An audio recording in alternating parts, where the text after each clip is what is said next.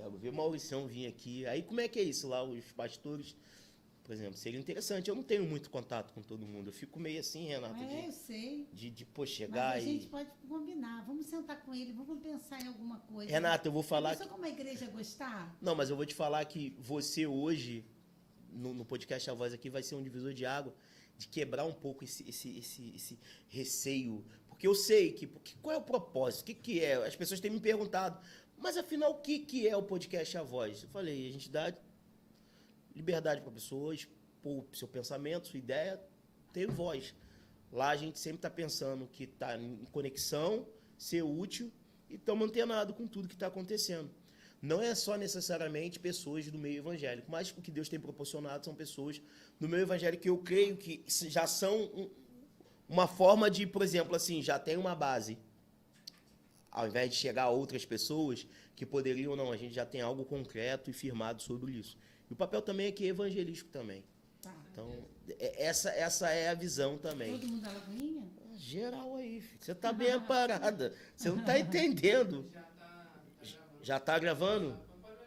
Então, tudo bem. Quando você falar que pode, vamos pra cima. Boa noite, bom dia. Não sei a hora e o momento que você vai estar assistindo esse vídeo. Salve, salve. Obrigado. Mais um episódio do podcast A Voz. Hoje, meu coração explode de alegria. Estou aqui com Renata Soares, terapeuta, consteladora familiar. Ela vai estar explicando tudo para nós e vamos conversar e embarcar nesse papo aí. Renata, brigadão por estar aqui. Fico muito feliz, tá? E gostaria que você se apresentasse para o público e falasse aí quem é você. Para quem não te conhece, vai passar a conhecer, porque você veio no podcast A Voz. Fico muito feliz, Mauro. Obrigada pela oportunidade. A gente sempre gosta de trazer informação de qualidade, porque nós, terapeutas, a gente costuma trabalhar quando as pessoas estão muito angustiadas. Então, é tão bom a gente trabalhar com prevenção, né? Trazer informação que pode ajudar. Meu nome é Renata Soares, como você falou, sou terapeuta, trabalho para o Instituto Casa, é um instituto formado para atender toda a família, sou terapeuta de família e de casais, trabalho com a Rebeca Sina, que é psicóloga e pastora da IPAM, Igreja Profetizando as Nações, Ministério do Pastor Emerson e da pastora Fernanda Brum. Sou casada com Maurício Soares, né, que é gestor da Lagoinha e um dos grandes mentores aí da música gospel do Brasil. Tenho 3 filhos, Fernando, publicitário, já trabalhando, formado, Léo, estudante também de publicidade, e o Benjamin, nosso caçula de 10 anos. Nossa, é muita situação que a gente vai aprendendo e vai entendendo cada vez mais. Renata, eu que agradeço. A gente vai conversar e vamos falar. Eu queria entender um pouco mais sobre, porque a gente fala assim, né, terapia, eu faço terapia, mas qual é a diferença entre um terapeuta e um psicólogo, assim, que a gente observa? Porque tem gente que pensa que tudo é a mesma coisa e... É uma pergunta que raramente eu recebo e é uma pergunta bem desafiadora. Quando a gente está sendo cuidado por um psicólogo, né, uma pessoa que tem uma formação de 3º grau e segue uma linha terapêutica. Ele pode ser psicanalista, hoje é muito comum você falar do TCC, da terapia cognitivo-comportamental. Ele vai seguir uma linha terapêutica e ele tem uma formação acadêmica para isso. Não necessariamente ele precisa ter um mestrado, um doutorado. A faculdade já vai capacitá-lo para atuar na clínica. Pensando que hoje o psicólogo está nas empresas, está nos hospitais, está nas escolas, não é? Ele precisa dessa habilitação, ele faz parte de um conselho federal que vai regulamentar essa profissão. O terapeuta é uma profissão que não é regulamentada por um conselho, não é necessário uma faculdade, apesar de eu já ter praticamente 3, né? Mas eu estou acabando psicologia, mas na juventude fiz direito e filosofia, mas o que nos habilita são cursos que vão nos dando as ferramentas que nós vamos trabalhar de uma forma terapêutica. A gente vai tentar trazer para a pessoa um autoconhecimento para que, diante de situações angustiantes, ela tente dar uma dinâmica à sua própria vida que seja saudável, que não venha a adoecê-la. Eu até mexo, que eu falo assim, Mal. Muito em breve, eu vou estar com meu diploma de psicóloga, né? Sou advogada, já sou professora de filosofia, mas eu tenho para mim que terapeuta eu nunca vou deixar de ser. Porque eu acredito no meu trabalho, eu acredito nesse processo mais breve. Não é? Na terapia sistêmica breve, tanto para casais quanto individual, ou para noivos, a gente trabalha com uma média de 12 consultas. Então, é algo bem pontuado. Com então, começo, são só 12 consultas? No meu tratamento, sim. 12 consultas, sempre tentando dar conta de uma questão específica. A pergunta sempre vai ser, onde dói? Então, vou dar exemplos. Dói trabalhar muito e não ganhar dinheiro. Dói não saber exatamente quem eu sou. Dói passar a minha vida sempre com uma relação muito conturbada com a minha mãe.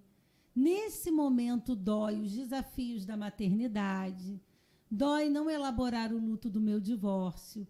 Então, essas 12 consultas, utilizando várias ferramentas, genograma, constelação familiar, linha do tempo. Isso aí você vai explicar para nós. Sim, as ferramentas. Porque essa questão da constelação familiar ficou uma situação aqui para todos nós assim, pô, tá certo isso? É isso mesmo? Não, acho que não pode ser, não. E existe, a gente sabe que existe, sim, mas a gente não é tão profundo de saber. Sim. E falando sobre essas dores, isso são traumas, Renata? Você pode dizer as dores que a gente traz, a gente costuma dizer uma coisa que eu acho assim, importante. Os sentimentos, nós somos afetados, né, o tempo todo por vários sentimentos. Eles são muito enganosos. Nem sempre uma felicidade é de verdade uma felicidade, nem sempre uma tristeza é de verdade uma tristeza. Talvez se você conversar, pensar sobre uma outra ótica, você vai mudando. A angústia, que é esse sentimento que te traz mesmo para um tratamento terapêutico, para uma psicóloga, para um terapeuta, ele é um sentimento muito puro, muito assertivo. Entendi. Ele vai te mostrar um lugar onde você precisa tratar, mas não necessariamente fruto de um trauma. Pode ser a dificuldade de elaborar perdas, lutos, mas também, Mauro, o principal é a estrutura da sociedade hoje. Nós estamos vivendo num ambiente muito adoecedor. E essas questões que a gente fala assim, sobre as emoções. Sim. As pessoas hoje, um lance de como supera. Às vezes uma perda, que eu dei uma olhada lá nos seus stories, lá no seu feed, tem várias perguntas, né, sobre qual que você fala hoje assim que pode ser, além da depressão, sim, uma doença assim do século, vamos falar.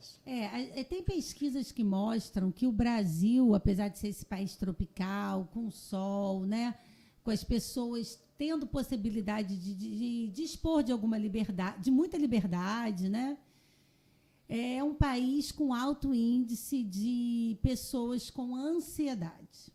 Né? Talvez, ali, se a gente tiver um ranking dos 5 principais países, o Brasil esteja ali. É um país muito jovem, né? Um país que tem uma instabilidade econômica que eu penso que também contribui para isso, e um país que oferece para a sua população uma baixa qualidade de vida também. A gente tem alto índice de violência, né, dificuldade com o transporte público, com a educação, com a saúde.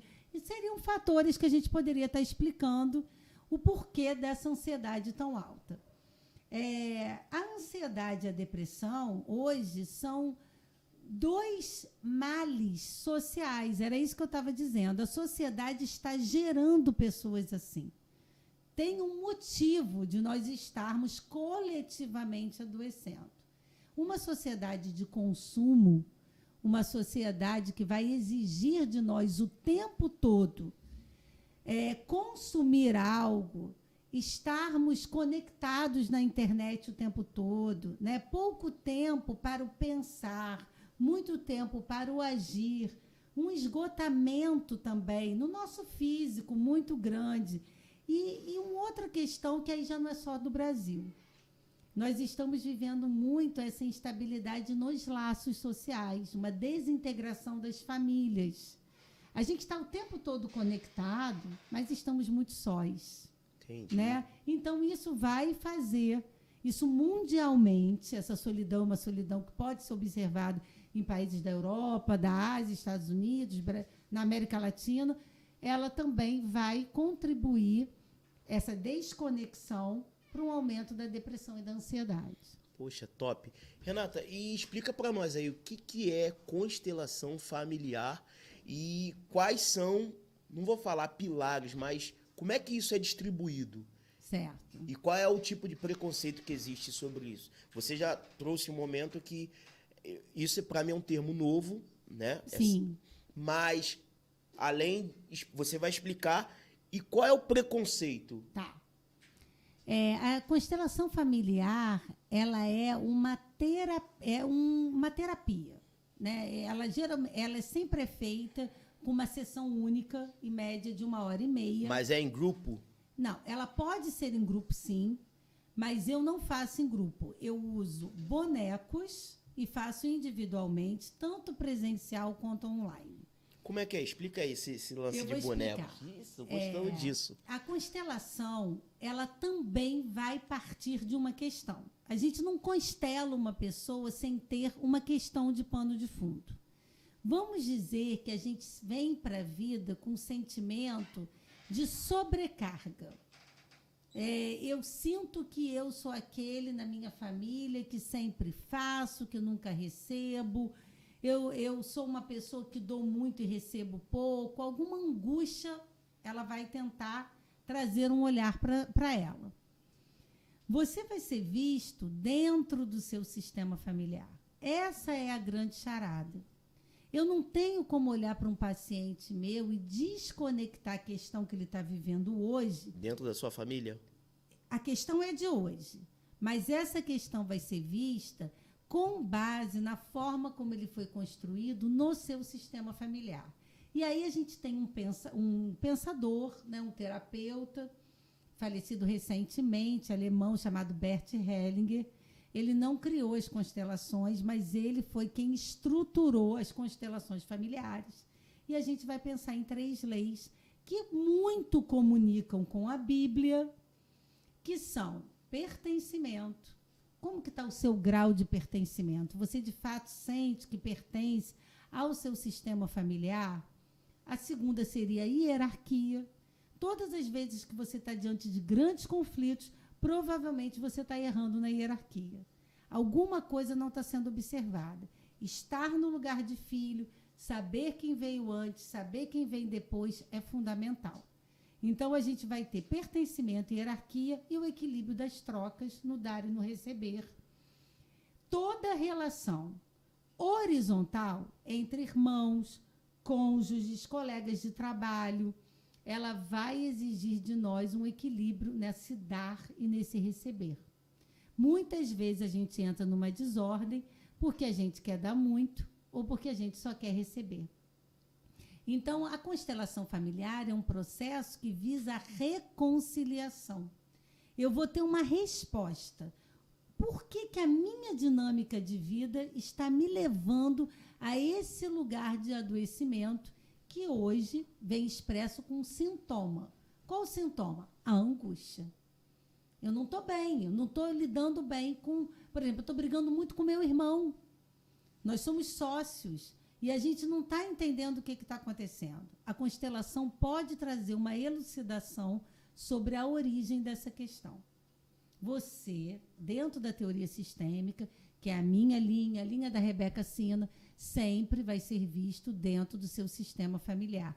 Lembrando que empresas são sistemas e igrejas também. Sim. E dentro desse sistema todo, isso é aplicado tanto no financeiro, no geral, falando assim, dentro da família, dentro desse contexto, tanto para o financeiro do cônjuge, dos familiares, das pessoas que estão envolvidas nessa situação, ou é só por situações específicas, só na questão de tratar, de tipo, cada um reconhecer aonde que tem que estar, da melhor forma, a gente sempre tentar ajustar para ver o que está acontecendo. Isso é geral. Tem esse sistema mesmo? Ele é dividido ou ele é uma coisa só e a gente vai nessa linha aí? Ou tem essas divisões dentro de um relacionamento, dentro de uma família? Você está falando da parte mais financeira? De financeiro, de tudo. Aonde que isso também pode ser aplicado? Repercutir? Porque a gente está querendo equilibrar, né? São Sim. situações que a gente quer manter um equilíbrio. E às vezes eu, pelo fato de ser uma pessoa totalmente... não ter uma boa educação financeira, e isso pode acabar afetando o meu relacionamento com minha esposa, ou pode acabar repercutindo com os meus filhos, para a gente poder encaixar essa ideia Sim. assim.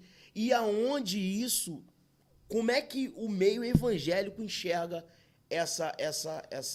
Talvez tenha muita resistência nessa técnica terapêutica no meio evangélico, porque eu não quero citar o nome, mas uma outra religião utilizou muito da constelação familiar de uma forma quase que por uma adivinhação, né? Utilizando segundo eles, uma espiritualidade e se apoderou dessa ferramenta de forma religiosa. Nós não somos assim, nós usamos a técnica da constelação familiar de uma forma teórica. Nós sabemos como utilizar e nós vamos ver como que você está equilibrando essas 3 leis na sua vida. Você falou sobre algumas questões de um desequilíbrio que possa haver na nossa vida por conta da nossa... eu entendi que é por conta, talvez, da nossa formação, do que a gente viveu dentro da família. Mauro, uma coisa muito importante a ser dita, e que aí a psicologia vai conversar muito com a teologia, quando a gente está no nosso lugar de filho, que é o primeiro lugar que a gente ocupa na vida, que a gente nasce dentro de um triângulo primário, pai, mãe e filho, todos nós. Você pode nunca ter visto o seu pai, ter sido dado em adoção logo no primeiro dia que você nasceu. Mas você nasceu de um pai e de uma mãe. Existe uma genética. O seu pai e a sua mãe são os seus pais, para a teoria sistêmica, que te deram a vida. Quando você ocupa bem esse lugar de filho, você aprende a receber. E esse lugar, ele precisa ser bem ocupado. Porque se você vier ao mundo sem saber receber, o pai só dá, a mãe só dá. Você é pai, você sabe. Sim. O filho recebe. Quando você aprende a receber, você dá conta de receber dinheiro. Não é todo mundo que dá conta de receber dinheiro. Muita gente quer prestar um trabalho, não receber por ele, e esse trabalho vai embotar, ele não cresce. Porque é o equilíbrio das trocas. Eu entrego o meu trabalho, o dinheiro é uma contrapartida, e o meu trabalho cresce. Se eu não sei receber, num casamento eu só dou e o meu marido só recebe. Esse é o cenário da traição. Quando eu tenho alguém que está, vou usar uma linguagem psicológica, leve demais, só recebendo, e o outro dando demais, a gente vai criar um vácuo entre o casal, e é nesse meio que uma outra pessoa, que é um terceiro, entra na relação e ocupa um lugar que não é dele. Você é casado, tem a sua esposa, como que a relação cresce? É um livro caixa. A gente dá, mas a gente precisa receber. A gente dá, uma troca. É uma troca. Quanto mais eu troco, mais forte é a minha relação. Casais fortes vão viver isso. E dentro dessa troca, são questões assim de reconhecer o valor da pessoa também nesse sentido? Por exemplo, assim, você faz para mim. Sim. Você está me ajudando. É uma troca. Exatamente. Mas é um livro caixa. Aí eu quero entender isso. Mas dentro dessa troca, como é que eu posso dizer assim, que a pessoa trocou, mas não é só o sentido da troca, mas reconhecer o valor que a pessoa também fez.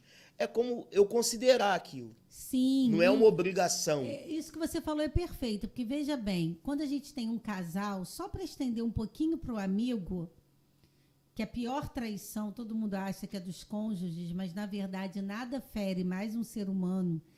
As pesquisas mostram isso, a gente vê isso no consultório, que a traição de um amigo, as relações, você pode ver, quando você tem um amigo de muito tempo, é porque a troca entre vocês é muito rica. Sim. Se você vem só cuidando dele, ou vou só recebendo de uma pessoa, há um rompimento nessa relação também, entre irmãos. Então, toda relação horizontal, não estou falando de pai e mãe, não estou falando de avós e netos, né? As relações horizontais, elas crescem na troca. Aí você falou assim, Renata, e esse livro caixa, quando o outro faz? O casal é exatamente isso. Poxa, quando você recebe, na hora de você dar, você vai sempre dar um pouquinho a mais. A sabedoria está nisso. E aí eu fico, puxa, vou dar um exemplo concreto para isso aqui ficar mais claro. Meu marido não gosta de shopping, não é verdade? O meu marido ama, eu que não gosto, mas é um exemplo. O meu marido não gosta de shopping, mas eu sei que ele está comigo ali, porque ele está querendo ser companhia para mim, para a gente ter um momento junto, a gente senta, toma um café, convive. E aí eu penso, puxa, ele me pediu para hoje, domingo, almoçar na casa da mãe dele, da minha sogra. Não era a coisa que eu mais queria, estou cansada, trabalhei a semana toda, mas ele foi tão legal, ele foi comigo, ele me ajudou. Não, vamos sim, eu vou na casa da sua mãe com você.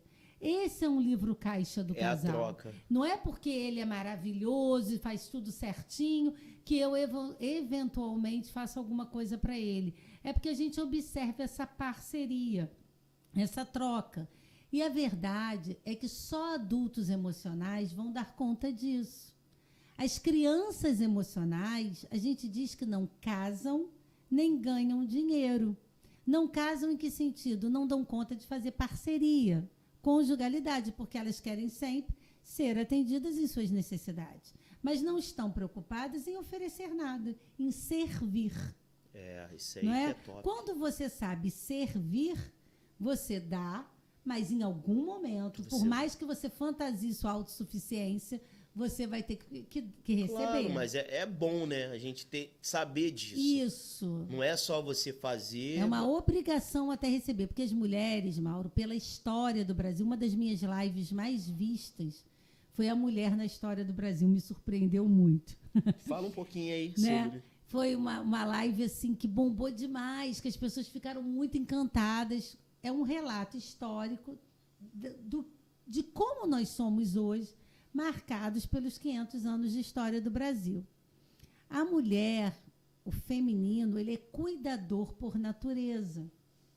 Você vem para a vida, né, sendo cuidado por uma mulher, não é verdade? Sim. O ser humano é um dos poucos animais que depende desse cuidado por tanto tempo. Se você tiver uma criança que não receba o mínimo de cuidado até seus 2 anos, ela realmente vai morrer. Os outros seres vivos, eles dão conta deles muito mais rápido. Então, a gente vem naquela dinâmica de amamentar, de cuidar. A mãe ela sabe traduzir o choro do filho. Você tem a sua esposa, tá com dor. É verdade. Esse choro é de dor. Esse choro é de fome. É de fome. Esse choro é de sono. Tá enjoado. Aí você nem dá muita ideia, mas você aconchega. A mãe é aquela que muitas vezes vai se colocar no lugar do filho para falar por ele, enquanto isso for necessário. Claro que hoje, com a participação do masculino, do pai, tudo isso pode ser pensado no feminino e no masculino. E dentro da constelação, ela dá esse equilíbrio. Ela dá esse equilíbrio, porque olha só, quando você casa com uma mulher sempre muito insatisfeita, quando você casa com um homem muito insatisfeito, e se você entrar nesse movimento que você vai suprir essa pessoa, a gente brinca em psicologia, mas não é uma brincadeira, é uma verdade. Você tem que aprender a dizer para o seu cônjuge o seguinte: sua falta é de mãe, sua insuficiência é de mãe. Não é mãe o ser humano, é da função materna, é do acolhimento, é da maternagem, é do cuidado que homens e mulheres fazem. Homens e mulheres exercem a função materna e homens e mulheres exercem a paterna. O meu marido viajava muito. E eu criei muitas crianças sozinha. Eu fui o limite, eu fui o não, né? Eu fui a censura. Isso seria a função paterna. Mas isso atrelou alguma falta e você... Ou isso era tão bem resolvido que os meninos conseguiram entender? Porque, pelo que você está me falando, tem pessoas que até hoje ela não conseguiu fluir, ter esse equilíbrio, porque de um lado ficou faltando. Falta. E assim, eu creio que a gente faz uma compensação, a gente não pode levar no máximo do rigor a função de um pai e uma função de mãe, porque não somos só nós. Essa função ela vai ser completada por nosso líder na igreja, por nossa professora, pela vovó, não é por uma vizinha que te acolhe. Então, hoje, a gente vive uma sociedade 100%. Eu sou tão exigente comigo, eu tenho que ser a melhor mãe, a melhor profissional, sexualmente ter um desempenho 100%, o melhor crente. Essa sociedade dos 100% é fantasiosa. Então, quando a gente pensa assim, vai faltar, a terapia vai ter que ser esse lugar de que você vai ter que aprender isso. Hoje, você vai precisar se adotar. Você vai precisar ser o pai da sua criança ferida. Entendi. Então, tudo bem faltar. Por que a falta é legal? Primeiro, porque ela é obrigatória. Ela é real. Ela sempre vai existir. E segundo, porque se você não ter... Vamos supor que no mundo ideal você não tivesse falta. Você não teria ferramentas. Porque te faltou, você construiu. De repente, um rapaz que não teve a presença do pai. Uhum. Faltou a ele. Isso no Brasil é muito comum. É uma regra quase. A maioria dos lares, segundo as pesquisas do IBGE, são chefiados por mulheres e você vai encontrar muitos lares que você vai ter vó, mãe e neta, sem a presença do masculino mesmo. Mas quando te falta, e se você faz um caminho para o saudável, o que seria um caminho para o não saudável? Essa dor vai ser completada com álcool, com droga, com muito sexo, com remédio. Mas um caminho para o saudável, eu falo, cara, isso faz falta. Eu vou ser o melhor pai que eu der conta. Ao ser pai, eu vou curando a minha ausência de pai. Não é bonito isso? Lindo. Não é um caminho curador? Porque eu vou para o campo de São Bento, eu vou jogar bola com meu filho, eu vou na festinha da escola, eu vou vivenciar com ele coisas que, de repente, eu não vivi como filho. Mas, ao fazer isso, se eu faço de forma saudável, eu completo a minha história. E ninguém vai precisar dizer para mim, uma moça que teme muito, casar com um rapaz que não teve pai. Será que ele teve referencial? Talvez ele seja uma pessoa muito interessante, sim, porque ele vai valorizar muito. Talvez que teve muito pode ser mais inconsequente na sua paternidade. Então, entendi. E falando sobre, a gente está falando sobre ansiedade, falando sobre esse tipo de coisa, depressão. Agora, sendo assim, tem como a pessoa estar no estado depressão, vamos falar assim, na depressão, sem saber, Renata? Há possibilidade? Não. Ou, por exemplo, porque a gente detectar, e tem como detectar, não sendo aquela coisa tão absurda que às vezes já vê a pessoa no quarto. Excelente. Dá algum sinal, algum sinal para nós? Assim? Excelente. Excelente essa pergunta, porque se a gente tem um manual, os psicólogos, que se chama CID, e ele é muito, eu penso que ele é bastante radical, porque mesmo diante de um luto, de uma perda, ele dá uns 15 dias para você viver essa dor, tá? É claro que ele não pressupõe que você vai elaborar. Imagina, perda de um filho, de um pai, de um trabalho que você amava, de uma cidade que você mudou 15 dias, Mauro. Não, né? É muito pouco. Correto. Luto é processo. Repete de novo, luto é um processo com 5 fases. Então, nem ouse me perguntar as 5 agora, porque de cabeça eu não vou saber. Não, pelo menos as 2, Renata. Saber. Não, eu sei isso de cor. Porque realmente eu estou muito assim, mais cansada, mas eu vou falar algumas fases. Por exemplo, negação. Eu vou ter uma fase que eu vou negar aquilo. Eu vou ter uma fase de muita raiva. Né? Eu vou ter uma fase, eu não me lembro exatamente o nome, mas é como se eu quisesse refazer aquela história. Se eu tivesse feito aquilo, isso não ia acontecer. Se eu tivesse feito aqui ou outra coisa, isso não ia acontecer. Até que numa última fase é onde eu digo um sim, eu faço um acolhimento para aquilo e eu expando o meu eu. A beleza do luto é essa.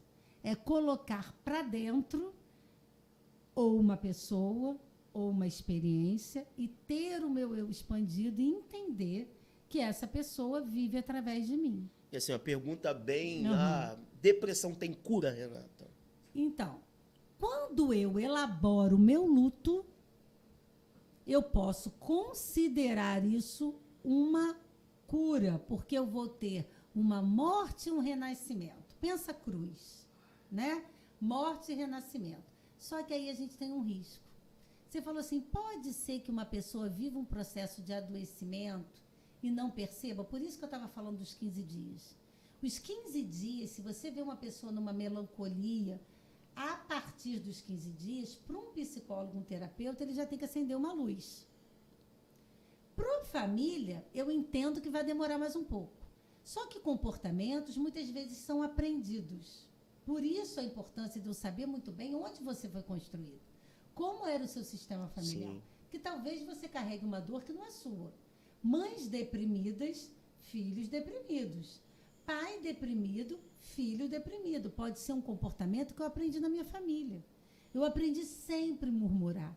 Eu aprendi a sofrer demais. Eu não fui autorizado a me alegrar. A gente vive aquilo que a gente foi autorizado. Mas pode ser também que não. Seja uma dor que eu passo na vida e que eu vou precisar de um tempo para elaborar. Se eu não dou conta de elaborar, aí é a diferença do tempo cronológico. Sabe esse tempo do relógio? Sim. Você às vezes conversa com uma pessoa e você até debocha dela.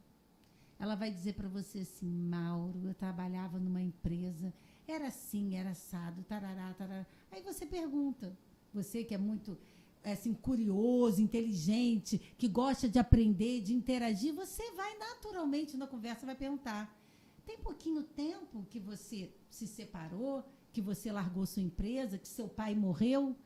E a pessoa olha nos teus olhos e diz, 10 anos. Simples você, meu assim. Deus, não foi ontem? O relato, porque o tempo cronológico não é o tempo emocional. Show de bola. Se eu não elaboro, uma área da minha vida vai paralisar. Você quer um exemplo muito claro para qualquer leigo? Divórcio. Divórcio é uma dor muito profunda. Se a pessoa não elabora, ela casa de novo? Ela se conecta com alguém de novo? Dificilmente, não. Então, a gente vai ter que lembrar que para uma pessoa que foi abandonada por um pai, a dor de um divórcio é muito potencializada. Sabe aquele filme que eu já vi? Aham. Sabe, um reviver? Já está interligado Já nisso está aí. interligado. Então, a gente vai entender que o luto, ele sempre vem acompanhado, Mauro. Tivemos a pandemia. Tivemos, não. Temos, né? Porque é processo. A pandemia, ela abre lutos. Jogou muita gente nessa enxurrada. Jogou muita gente na depressão. Mas também revelou muita coisa. Exatamente. Expôs, né? Expôs. Por exemplo, a gente que é terapeuta de casal vai ouvir, nossa, quanta gente se separou por causa do home office, porque todo mundo começou... A gente lá em casa conviveu 2 anos. Mas um ano, 2020, foi extremamente desafiador, porque você lembra que as escolas não funcionaram. E aí? Tem a questão que o meu limite era 40 minutos, né? Com o meu filho brincando daquele tipo de coisa ou dando atenção naquela situação. Triplicou a hora. Pois é. Para um, foi estressante. Muitos casais se separaram. Uhum. Para outros, levantou uma bandeira do tipo, nunca mais a gente quer deixar de viver isso. A gente ficar naquela correria e horário e desconectado. Nossa, que delícia, a gente ficou um pouco mais junto e isso foi gostoso. E a gente não vai querer perder isso totalmente. Então, não é que a pandemia tenha gerado divórcio. É que tudo que estava capenga, que já tinha problema... Veio à tona. Aí, né, a gente só reuniu todo mundo na mesma casa. Né? E aí, o que acontece? A guerra está declarada, mas não é por conta da pandemia. A pandemia ela foi o ambiente para revelar problemas que já existiam. Ou para revelar desejos que já existiam também. Vamos viver mais juntos. É melhor viver com vocês do que naquela correria do mundo. Isso é né? verdade. Muita gente foi para home office direto, muita gente foi fazer homeschooling, né, com o filho. A verdade é que nunca mais o mundo vai ser o mesmo. Né? É o novo normal? É o novo. A gente está na Terra 2. Né? Eu gosto dessa expressão. Nós somos a geração do Terra 2. Como é que seria isso aí? O mundo era um mundo, durante muitos e muitos séculos, ele foi um mundo organizado de uma forma hierárquica, com senhor, com servos, com forças de poder muito bem definidas, não é? E hoje, por conta das redes sociais, da internet, globalização. Aí a gente é um pensamento para um podcast só sobre isso, porque não comigo, com alguém que muito melhor que eu, que vai te dizer que as relações passaram a ser horizontalizadas, que há uma quebra nos laços sociais, que as dinâmicas de consumo hoje são mundiais. A gente não fica preocupado com o presidente dos Estados Unidos quando ele é eleito? Com certeza. A gente não fica preocupado com a guerra da Ucrânia? Né? Um paciente meu de 12 anos falou: Renata, é a terceira guerra mundial, a Ucrânia, a Rússia. Você não vive mais os problemas do teu bairro. Verdade. Você é um ser universal. Gente, vocês têm alguma pergunta aí? Que o papo tá bom. E antes de mais nada, se inscreva no canal, deixe o seu like, ative o sininho. Vamos que vamos. Você viu como é que a ansiedade cresce? Demais. Quando você se vê... Você perguntou Vou falar só uma coisinha da depressão. A depressão, que é essencial. A gente está no mês da campanha aí no combate ao suicídio. Por trás da depressão tem uma raiva. Por trás da ansiedade tem um medo. O terapeuta vai ter que acessar a raiva. A depressão, ela é só uma imagem de algo que é muito mais profundo e tem raiz. Quando eu tenho uma raiva, a raiva ela é uma bênção. E os evangélicos, infelizmente, ignoram muito a raiva, têm vergonha de falar que sentem raiva. Por que ela é bênção? Porque ela te faz mudar. Vou fazer uma brincadeira que eu faço sempre, tá, Aí, Mauro? ó, pega essa aí, ó. A raiva é uma benção. É Agora uma eu vou entender. bênção. Irai-vos, mas não pequeis. Isso aí. Eu vou fazer uma brincadeira. Tem 3 rapazes bonitos aqui no estúdio, uma moça linda. Vocês vão me entender. Essa moça linda é minha esposa, Amém. com todo respeito. Olha lá, sem risadinha, Cauã. Uma Vai lá. moça linda, ela vai me entender de um jeito, os rapazes vão me entender de outro. Você pega um espelho bem grande. Eu não vou falar que é só uma mulher que vai fazer isso. Tanto faz, um homem e uma mulher. Ele fica de cueca na frente do espelho, ela fica de calcinha e sutiã na frente do espelho, e ele olha, ou ela olha e fala: caramba, tô gordo. Ele pega essa raiva e se matricula na academia, começa a correr e perde 7 quilos. Não é uma bênção? É porque Ela potencializou a raiva dela para uma mudança. Um filho te respondeu de uma forma agressiva, você conversa com ele e fala: olha, eu acho que eu abri demais a porteira. Eu não estou sabendo dar o limite. Eu vou mudar a minha dinâmica com você. Eu peguei a minha raiva de ter ouvido uma resposta mal criada de um filho e eu repensei a minha relação com ele. Com raiva, tá, com raiva. Mas a raiva me levou a uma mudança que talvez eu estivesse adiando. Mas me explica uma coisa. Como uma pessoa com raiva, ela vai conseguir ter esse equilíbrio de se reeducar? Não, ela vai viver a raiva dela, eu não sei você, mas eu topo. Eu amo pessoas que têm raiva. Que é expor realmente. Humana, porque isso é a questão de você pôr pra você fora. É humano, a sua insatisfação é nesse sentido? Mauro, eu vou até falar uma coisa muito legal. Mas deixa eu só fazer o paralelo. Sim. Mas tem horas que eu não faço isso. Tem horas que eu sou impedido de viver a minha raiva e eu vou mastigar e engolir. Quando eu mastigo e engulo, porque eu estou diante de um país extremamente autoritário, vamos dar exemplos assim interessantes. Eu vivi a minha infância inteira num ambiente onde eu não pude falar, né? Eu tive um pai alcoólatra, uma mãe muito agressiva. Eu vivo numa dinâmica social, numa empresa muito hierarquizada, onde eu não posso falar o que eu penso com medo da minha demissão. Eu tenho um marido muito autoritário, uma esposa muito autoritária. Aí eu faço uma estratégia. Eu não vou falar para não criar conflito. Nós viemos de uma sociedade escravagista, patriarcal, extremamente violenta. Então, quando eu vou ter a posição do guerreiro, que é um termo da psicologia, e me posicionar, eu associo a violência. Não é necessário. Eu não posso conversar com você, Sim. resolver um problema, ser enfática, me colocar, falar até de uma dor, não necessariamente ter violência. Mas tem momentos que essa situação que a pessoa põe assim, poxa, será que ela vai levar pro pessoal? É isso aí. Como é que é a história do cancelamento? Entende? É porque a raiva agora, eu consegui entender sobre isso, mas tem a sua questão também, pô, será que se eu falar isso agora... Não importa se ela vai levar para o pessoal. Porque tem muito disso, de fazer aquela média. Exatamente. Ah, não, eu não posso ser uma pessoa... Eu sou um camarada extremamente expressivo. Eu não sei chegar em qualquer ambiente, eu posso estar em qualquer ambiente.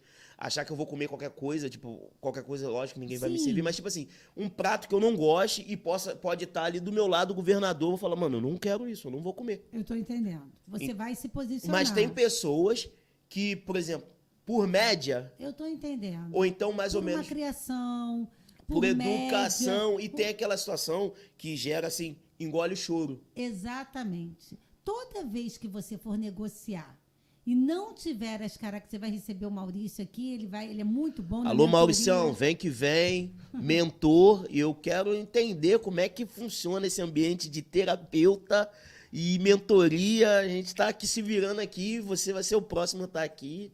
Ele é muito bom, porque você precisa ter uma maturidade emocional, ele sempre me chama para as mentorias dele, para que você dê conta daquilo que eu falei, que é ganhar dinheiro para se expressar, para ser quem você é.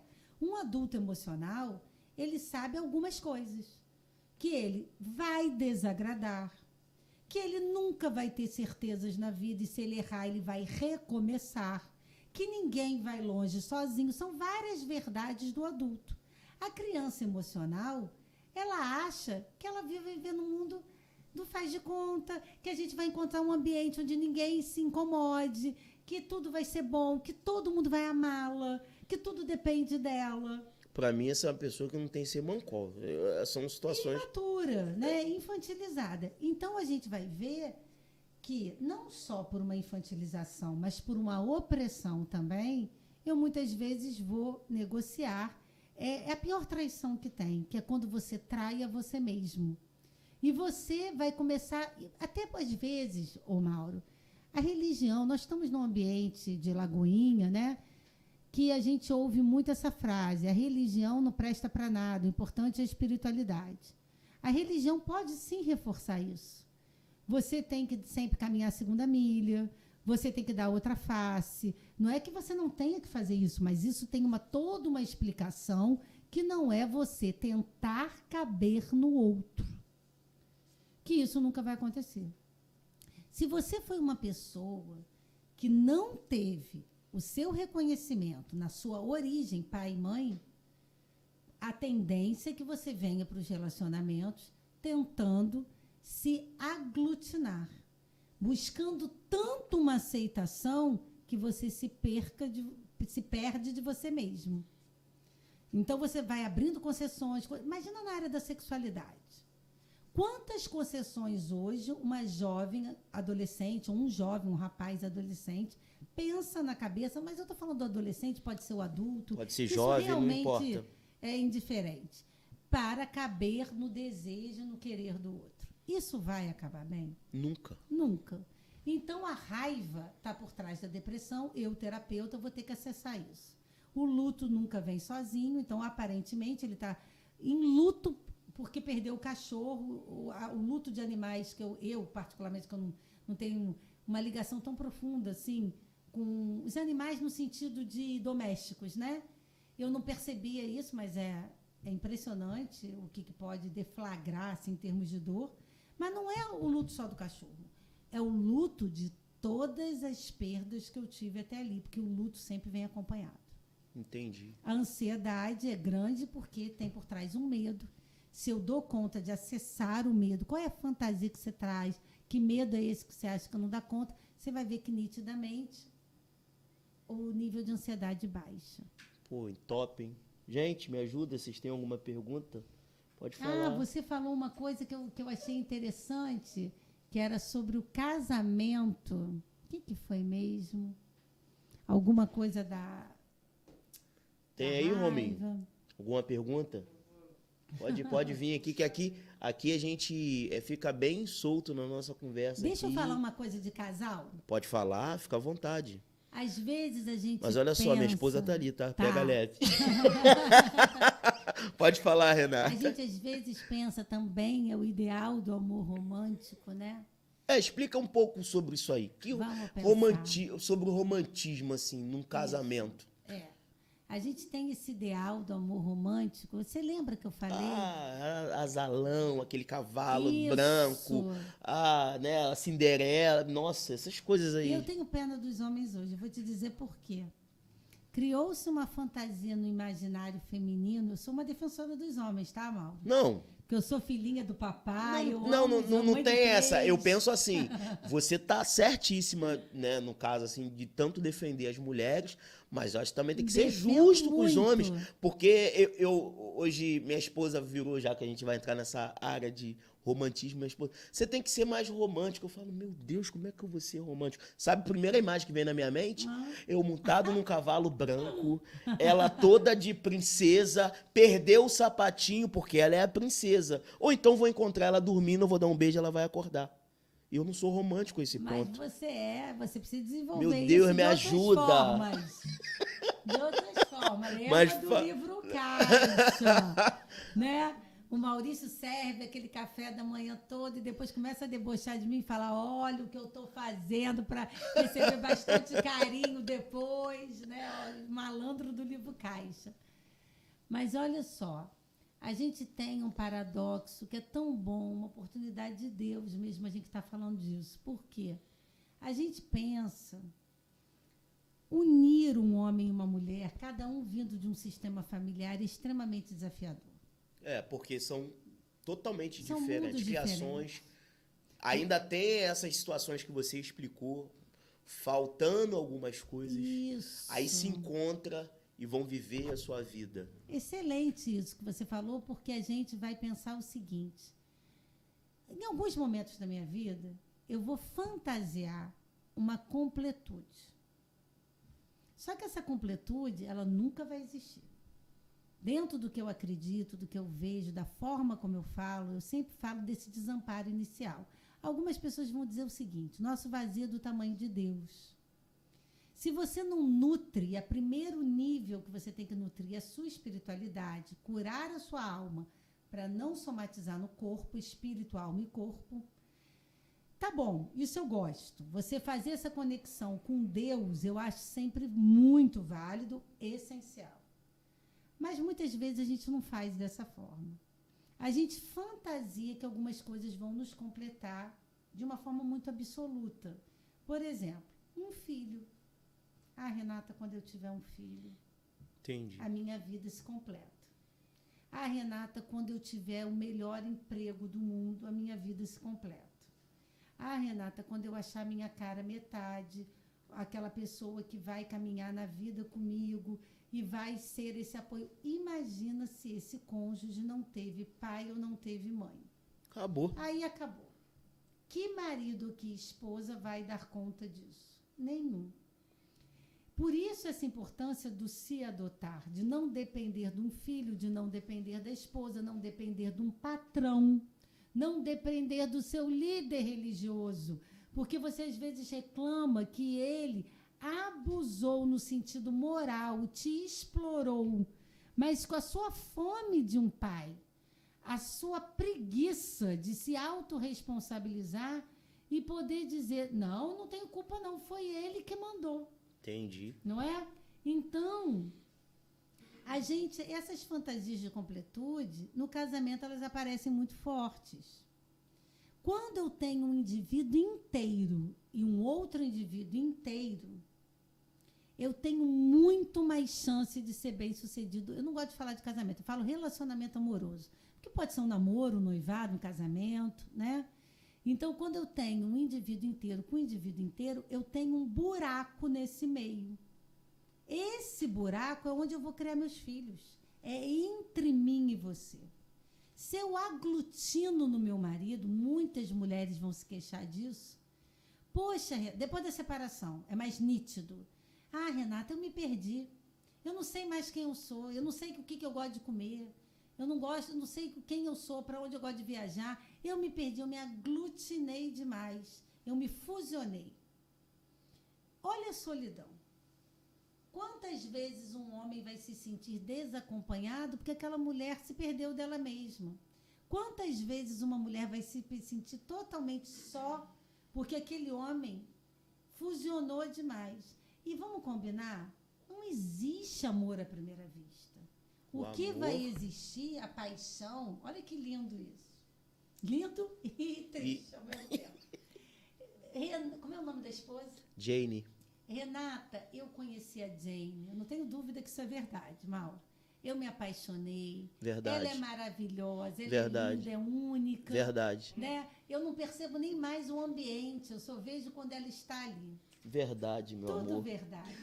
Mas você sabe o que o Mauro... Eu vou contar isso para a Jane. Jane não vai sair correndo, porque isso é realidade 100% de todos nós. Nós nos apaixonamos por nós mesmos. Em que medida? Eu amo me ver nos olhos da Jane. Oh, forte isso, hein? Quando eu olho para a Jane, eu me vejo refletido no olhar dela, porque aquela menina, ela vai comunicar com o corpo, com a fala, com as escolhas, que eu tenho um lugar de prioridade na vida dela. Então, isso é Narciso, né? Ele olha para o espelho, ele olha para o rio, vê a imagem dele e se apaixona por ele mesmo. O amor, ele já é diferente. Eu quero o que eu não tenho no outro. E aquilo me chama atenção. E tá tudo bem. Ele é prático. E isso me atrai, porque eu sou uma pessoa indecisa. Ah, Renata, ela é uma moça séria. Eu gosto tanto dessa seriedade dela. E isso me faz falta. Ele é predador. Eu quero o que eu não tenho. Nesse sentido, você entende como eu fantasio a completude? Aham. Porque eu vou adquirir uma coisa que eu não tenho, andando em parceria. Mas olha que interessante. Tudo que une é o que vai separar. Tudo. Então, se eu pergunto para o Mauro, não vou perguntar para o Mauro, não, senão vou acabar com o casamento aqui no ar, não vai ficar bem. Pergunta para o Mauro. A pergunta então, para o Mauro. Vamos fazer essa brincadeira. Vamos lá, pode fazer. Mauro, vamos fazer espontaneamente. É claro, ai, meu Deus do céu. Naturalmente. Não precisa de uma regra, Não. assim, uma rigidez. Não fica aqui muito no pensamento, sente. Uma característica que te conectou a Jane, numa palavra. O que ela tinha que te conectou? Espontaneamente você fala isso. Não precisa ser a coisa mais verdade absoluta do mundo. Uma palavra que me conectou. Não, de uma qualidade dela, de uma característica dela. Uma característica? Falar que é o sorriso, o outro vai falar que eu tô... Ah, não foi o sorriso. Que ela era bonita. Vocês falam muito isso, tá bom. Bonita. Mas depois que você extravasa esse bonita, pensa numa outra coisa. Teve isso sim. Ela se mostrou bela a você. Mas ela tem... Tenta imaginar uma característica que ela tem que te chama atenção. Essa situação de ser uma pessoa muito centrada, assim, de... Isso, excelente. Ela é como centrada no sentido de organizada, de objetivo, por focada. exemplo, focada. A forma até de que eu olho, assim, nela é um jeito que se ela sair daqui e tiver que... Ela vai olhar só para aquele lugar e vai mirar e vai embora. Excelente. Ela não é dispersiva. Não. Agora, a gente pode perguntar para ela? Pode. Se perguntar para Jane. Jane, entra na brincadeira. falo uma Negócio é de verdade, é característica. podcast e a voz, filho. É terapia de casal ao vivo. Vem cá, é terapia de casal ao vivo. Eu O quero nome- ver, filhão, eu quero ver fazer isso aqui, ó. O nome da Vem, meu técnica é amor. escolha de Vem, meu amor, mas vai levar uns 3 rebeliscão aqui embaixo aqui, ó. Fala lá com o pessoal lá, Pensa dá numa tchau pro pessoal. característica Ai, meu Deus do céu. Mauro. Jesus amado, Renata. Que te conectou, te chamou a atenção. Vai. Brinca. O que me conectou não foi a beleza. E ela me... Cara de pau! É pra ser sincero, não Tá, foi mas a mulher não é beleza. tão focada nessa coisa da aparência. Ela é mais sentimento. Fala. O que me conectou com ele de imediato foi a sinceridade do que ele realmente queria, sem rodeios, porque a impressão que eu, mulher, tenho, e que às vezes eu imagino que outras mulheres têm, e isso repele a gente, é esse... Ausência de compromisso. Esse rodeio de querer fazer cantada, de querer, sabe, se mostrar alguma Ele coisa. se mostrou um homem decidido por um Pra compromisso. me querer. Fosse Que o compromisso isso? que fosse. Eu não estou É. falando que de cara era um casamento. Mas só foi eu Sim, só, sim. meu amor. Falando. Mas ele era um homem decidido. De chegar e dizer, não, eu tô... Chegou tô chegando, indo, Mauro. vamos aqui porque é esse o meu interesse, entendeu? Os meninos estão Vamos almoçar porque eu já tô te dando, já tô deixando claro que eu quero ficar com você. Ele era objetivo. Isso Agora foi que me vamos conectou. aqui. Ai, meu Jane e Mauro. Ai, meu Deus. Vou fazer. Gente, isso aqui Pode é fazer uma à vontade. simulação, porque nós estamos a serviço das pessoas que estão ouvindo. Tira as crianças da sala. Por hein? favor, não é. Não tô nem assim tão preocupada com vocês que eu não vou entrar, nada pessoal. Eu tô falando assim, vamos fazer essa brincadeira para o pessoal entender em casa. Senta aqui, meu amor, fica à vontade. pode ficar aí à Não, vontade. não, senta, É de pega uma casal, cadeira e senta senta aqui, que o negócio tá ficando de verdade. Senta aqui que o negócio vai ficar. Vai esquentar, rapaziada. Senta aí. Aí, como é que ele decidiu? É isso aí. Fala. Então, a gente vamos fazer uma brincadeira que é o seguinte, uma brincadeira que vai trazer pra gente pistas do que está acontecendo num casal. A mesma característica que nos conecta é a que vai desconectar. Então, a gente vai pensar o seguinte, eu vou fazer bem livre, tá? Se a Jane é uma mulher muito focada, se ela tem sempre um objetivo, se ela é o tipo que não se distrai, o que vai, se essa característica é vista negativamente, o que ela pode se tornar? Vou dar um exemplo. Não estou falando da pessoa da Jane, eu estou usando isso como exemplo. Renata, ela é rígida, combinou, ela fica chateada que não descombinou, que se descombinou, ela não se adapta, ela é exigente, ela tem pressa de resolver. Então, ele vai ter a reclamação é no que conectou. Agora, sabe o que Meu os Deus pacientes do falam, céu. Jane? É uma falta de respeito com a doutora Renata. Eu tenho uma luminária redonda, meu marido que me deu. Aí eu atendo muito online, porque eu atendo gente do exterior, de outros estados. Aí eles ficam assim, pô, Renata, essa bola de cristal que tá aí é brincadeira. Olha que falta de respeito. Falei, não é bola de cristal.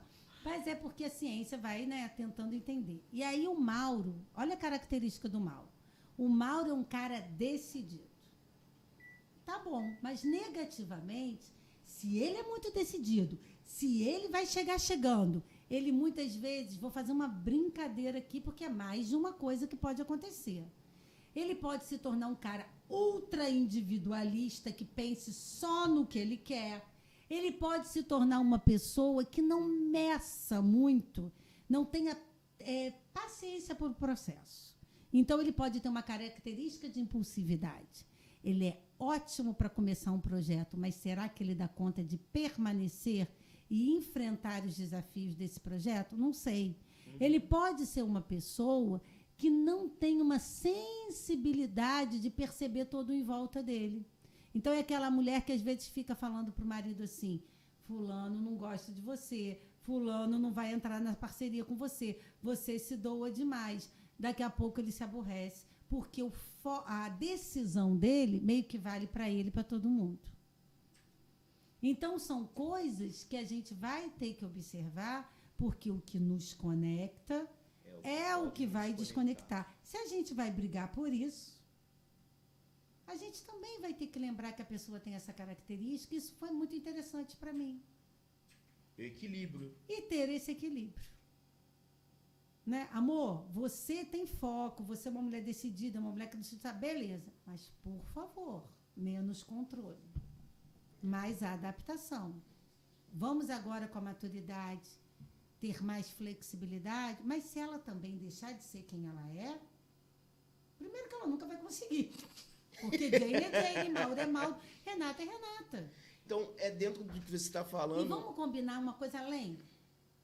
A característica que ela vê em você comunica com a história familiar dela.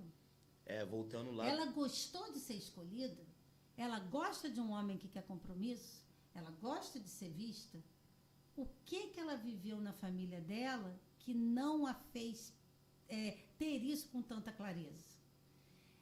E o Mauro, ele gosta de mulher focada, de mulher com objetivo, porque ele é esse homem. A Ana Paula Valadão, quando pregou na igreja, foi um serviço muito bem feito aos psicólogos, e todo mundo pode ver a mensagem no YouTube, né? Quem quiser vai procurar Ana Paula Valadão, Culto Pink, Lagoinha, Niterói. Não sei se você soube, Mauro. Ela falou de 3 tipos de homens. Você não falou um para mim, né, meu amor? Foi maravilhoso isso. Falou. E os 3 tipos de esposa. Gente, terapeuta de família, casada há 27 anos, eu. De repente, eu aprendi com ela uma coisa que eu nunca tinha pensado. Porque eu sempre fui esposa de quem? De um comandante. O meu marido é daquele tipo que grita dentro de casa para terror de todas as pessoas. Amo mandar. Amo mandar. Por exemplo, meu marido nunca admitiu que o presidente de uma empresa corrigisse um funcionário dele. Porque se o erro foi do funcionário, que primeiro fale com ele, porque é dele. Ele não vai jogar isso para o funcionário dele. Ele resolve na casa dele. Mas ele é do tipo que se responsabiliza por ele e pelos dele. É o comandante. E ali eu entendi como não fui só eu que escolhi ficar 15 anos sem trabalhar fora, cuidando só dos meus filhos. Eu tinha um motivo meu, porque ninguém é mãe em tempo integral. Pelos belos olhos dos filhos, existe um motivo na sua história familiar que te leva a isso. É injusto você culpar só o marido. Mas eu entendi o quanto ele também me apoiou. Olha como a gente se conectou. Meu marido não tinha mãe. Meu marido ficou sem mãe aos 11 anos. Para ele dar mãe aos filhos, era um presente maior que ele poderia dar. E o comandante gosta da mulher, Jane vai lembrar, rainha. Você pensa que ele se incomoda de trabalhar, sustentar a casa, fazer? Não. Desde que ele possa ser quem ele é, ele tem o bibelô dele ali, no bom sentido do bibelô, daquele antigo provedor, daquele homem que não vai se ressentir com isso. A mulher pode trabalhar fora casada com o comandante? Sim, eu não trabalho. Sim. Mas, segredo para o podcast Só Saber? Segundo, eu não trabalho. Eu também faço muitas horas de faculdade, eu amo estudar. Então, eu atendo menos do que eu poderia. Dou atenção a ele. Não vai dar certo se eu competir com ele em termos de quantidade de tempo, porque ele vai querer a minha presença. Pô, Renata, sábado atendendo, a gente tinha que ficar junto. Vamos sair, vamos viajar. Para ele, isso é um valor. Aí entra a questão do que você mencionou da troca, né? De reconhecer também. Não reconhecer, mas a questão da troca mesmo. Da troca, exatamente isso que você falou. A gente vai conseguir viver a perfeição de tudo? Não, gente. Agora, olha o que a Esther Perel, que escreveu o livro Casamento no Cativeiro, a maior terapeuta de casais dos Estados Unidos, na minha modestíssima opinião. Eu não conheço todos, mas os poucos que eu conheço, a Esther Perel tem um vídeo incrível no YouTube. Nossa geração, eu vou me incluir a vocês, apesar de ser muito mais velha, mas nós estamos vivos. Sim. Então, nossa geração é quem está na Terra. Uhum. Nossa geração, ela quer... Primeiro que não existiam casamentos de 50 anos. A ciência evoluiu. As pessoas vivem muito. As pessoas morriam antes. Não é? Na época do meu avô, bisavô, vou botar bisavô, pai da minha avó. Ele casou com viúva, porque as doenças eram muitas, as mulheres morriam no parto. Então, era muito comum você ter mais de um casamento. Casamentos de 50 anos. A gente vai querer no marido, vê se isso é possível, Mauro, se as mulheres não estão loucas. Elas querem o melhor Alô, mulherada! amigo, não é? Elas querem na mesma pessoa, na mesma, nem outras, não. O melhor desempenho sexual do marido, ela quer o melhor amigo, ela quer o melhor amante, no sentido, vamos dizer, mais romântico mesmo, não tanto sexual. Né? Ela quer o provedor, o que trabalha. Ela quer o melhor pai. Ele não sabe ser pai. Quando que as gerações passadas tinham isso? Nenhuma. Você acha que vovó, com as amigas, primeiro ela não ia na padaria tomar café com as amigas, mas quando ela comia o bolinho com as primas, com as amigas, ela se queixava do pai que o marido dela era, se ele botava dinheiro dentro de casa? Não. Ela cuidava das crianças, ele botava o dinheiro na casa, era isso. Agora, ela queria o quê? Que o pai sentasse, conversasse, jogasse videogame, levasse na praia para jogar bola e fosse o grande amigo do filho e conversasse com a namorada do filho. Gente, não vamos Isso é bem viajar. Hollywood, né? Quem transava do jeito que fosse. Não se queixava que todas as posições não eram feitas. Você não tinha no seu marido um amigo. Fulano, senta aqui, eu quero conversar com você, você nunca tem paciência, você não me ouve. Não é assim? Você não é aquela pessoa que está sempre disponível para me ouvir. Isso não existia no passado.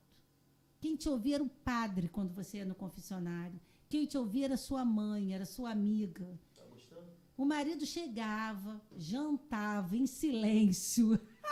Jane, a mulher tinha obrigação, sim, de estar em casa, de botar a janta. Era outra dinâmica. E hoje a gente tem uma sobrecarga de uma idealização. Gente, vida de Instagram. Eu acho lindo quando as pessoas me perguntam assim: Renata, você no seu casamento maravilhoso, com aqueles filhos incríveis que você tem, quem que foi lá em casa ver? Ai, meu Deus do Eu céu. até acho tudo muito legal, mas tudo muito real. Mas quando uma pessoa que não me conhece fala achando que sabe o que é, ela não está imaginando? Tudo bem, eu não estou dizendo que a gente não vai viver uma vida que convide ao outro a viver bem. Mas saber, quem sabe alguma coisa? Nem o terapeuta, Eu tenho pacientemente. uma pergunta para você, não é bem uma pergunta, né? Mas é assim, para elucidar um pouco mais aquilo que eu já ouvi falar. Eu ouvi falar sobre constelação familiar com Sim. o Dr. Jim, que também está no Instagram. Ele é muito parceiro da pastora Ângela Cirino. Sim. Eu, por um período na pandemia, eu estava acompanhando bastante as lives dela e as lives do Dr. Jim, que tem parceria com ela, né? Eu sou, assim, muito fã do trabalho que ela tem com as mulheres, né? A imersão que ela faz, né, com algumas mulheres, sempre de tempo em tempo. Sim. E uma vez eu vi o Dr. Jim falando que, assim, explicando um pouco sobre a constelação familiar e tudo mais, e ele falava assim que quando você está numa situação dentro da sua vida familiar que te traz muito sofrimento, né? Assim, um exemplo. A mulher está num relacionamento que ela, no início do relacionamento, parecia tudo muito maravilhoso, né? O cara parecia ser o cara, o príncipe e tudo mais. E, no decorrer dos anos que foram se passando, começou a realmente a enxergar, digamos assim, defeitos que ela não enxergava antes e que acabou se aparentando muito com atitudes e comportamentos que, no passado, ela talvez viu num pai, num parente, num avô, e que ela reprovou. Isso Sim. tanto para homem quanto para mulher. E a pessoa reprovava, tipo, eu, quando tiver minha vida adulta, eu não vou ser assim, ou eu não vou viver isso. Eu não vou ter alguém comigo, não vou casar com alguém assim. E chega ela na história dela e ela acaba se deparando com aquele comportamento que lá atrás ela apontou e reprovou. Sim. Ou da parte dela para com a pessoa, ou da pessoa para com ela. E aí ele explicava que isso era como se a gente, inconscientemente, a gente acabasse buscando novamente um alguém que repetisse isso. Eu acho que é mais ou menos isso. Isso. Jane falou uma coisa muito interessante. Tudo que a gente julga, a gente repete. Né? É uma verdade sistêmica e que precisa ser muito observada. Quando você faz, não precisa nem usar a técnica da constelação. Se você fizer um genograma, que é a árvore genealógica, você vai ver que existem padrões que vão se repetindo de gerações e gerações. Então, você tem alcoolismo em 3 gerações, abortos em muitas gerações, divórcios em muitas gerações, perdas de filho, várias mulheres que perderam seus filhos. Eu falei do aborto, mas estou falando de uma forma espontânea, que não conseguiram engravidar. Todos esses comportamentos que eles vão se repetindo no sistema, eles muitas vezes são cercados de um ambiente de julgamento. Tudo que é o reprovável eu acabo repetindo. Então, quando eu faço... Esse é um problema assim, muito sério que a gente vai vivenciar na nossa vida.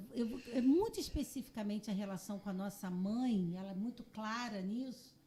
Tudo aquilo que eu condeno, que eu julgo, que eu reclamo, de repente eu estou fazendo. Por exemplo, minha mãe gritava muito comigo. De repente eu me pego repetindo. Minha mãe era uma pessoa com muita dificuldade de ser generosa financeiramente. De repente eu me pego com temor de gastar o meu dinheiro. Tudo aquilo. Meu pai, um adúltero, um traidor, tinha várias amantes. De repente eu vou me ver numa mesma situação que o meu pai. Quando a gente ganha na terapia a consciência, o que é do outro, o que é meu, eu tendo a não repetir. Todo filho que se acha superior aos seus ascendentes, pai, mãe, avós, que é muito julgador, que é muito crítico, a gente fala que colou pelas costas.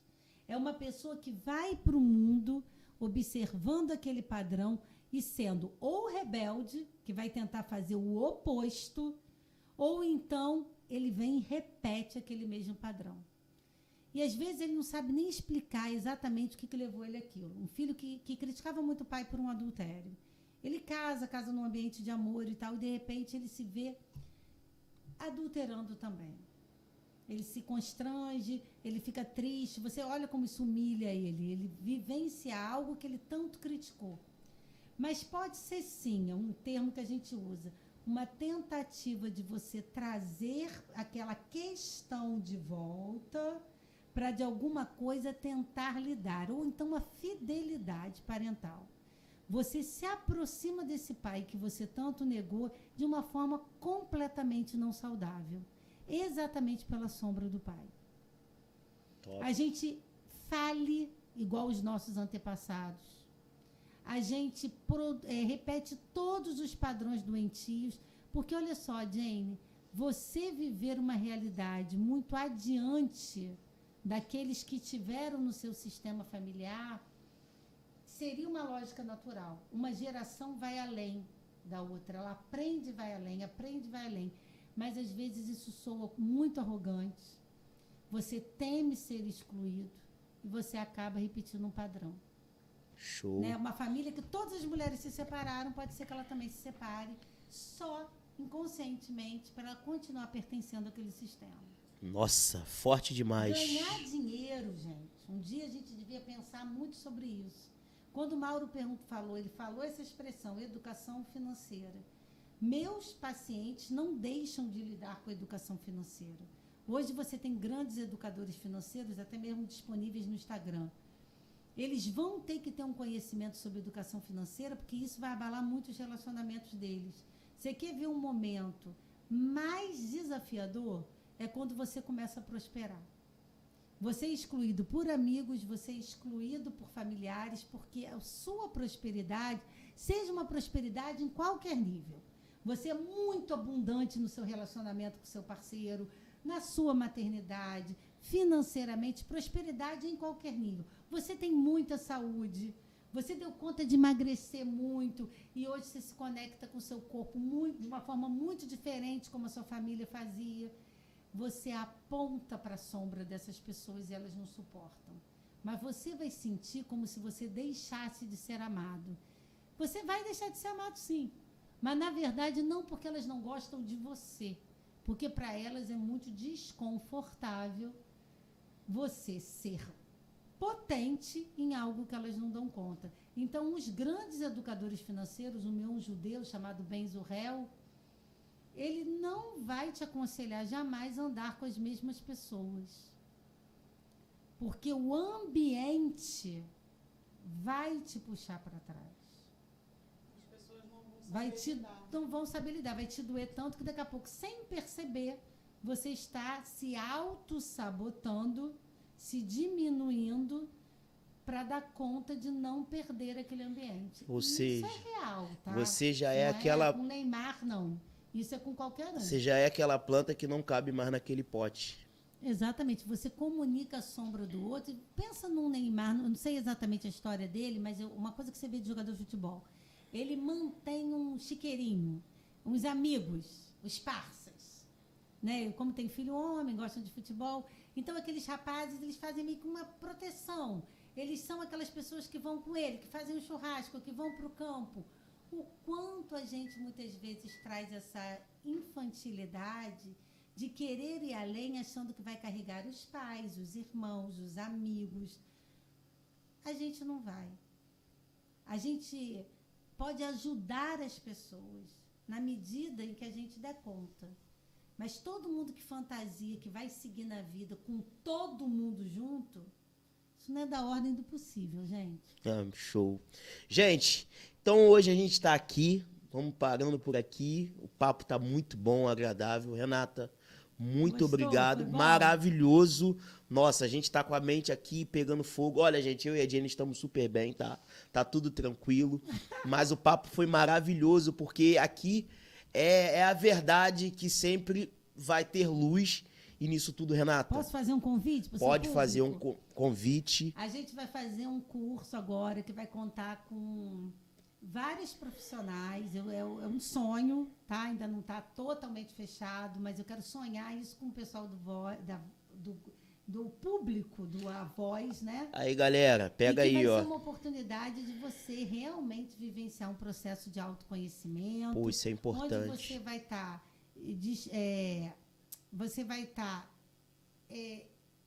sendo colocado, né, diante de alguns conceitos da psicologia que são centrais, são essenciais. Você vai ter uma fisioterapeuta falando do corpo. Vai te confrontar naquilo que você muitas das vezes tenta camuflar. Vai trazer à luz a muita coisa que às vezes você tenta esconder. Acho que é o momento de você olhar para as suas dores, porque só nesse momento você cura. Poxa, show. Uma das minhas maiores lives é como curar suas dores. E quando vai ser, Renata? E onde vai ser? Vai ser em outubro. Ele vai ser online, provavelmente, porque senão a gente não dá conta de atender pessoas de outras regiões. Sim. Mas ele vai ser um grande pacotão. Por isso que eu estou tão animada com ele. Né? Ele vai ser um caminhar junto por um tempo, com o apoio de um educador financeiro, de uma nutricionista, de 2 terapeutas, onde a gente vai estar pensando a nossa vida dessa forma holística, dessa forma mais global, tentando alinhar. Para quê, Mal? Para que eu faço um processo de autoconhecimento? Por que eu curo a minha história? Para poder ir além, para não ser impedido, tirar a âncora. E assim eu levo outras pessoas comigo.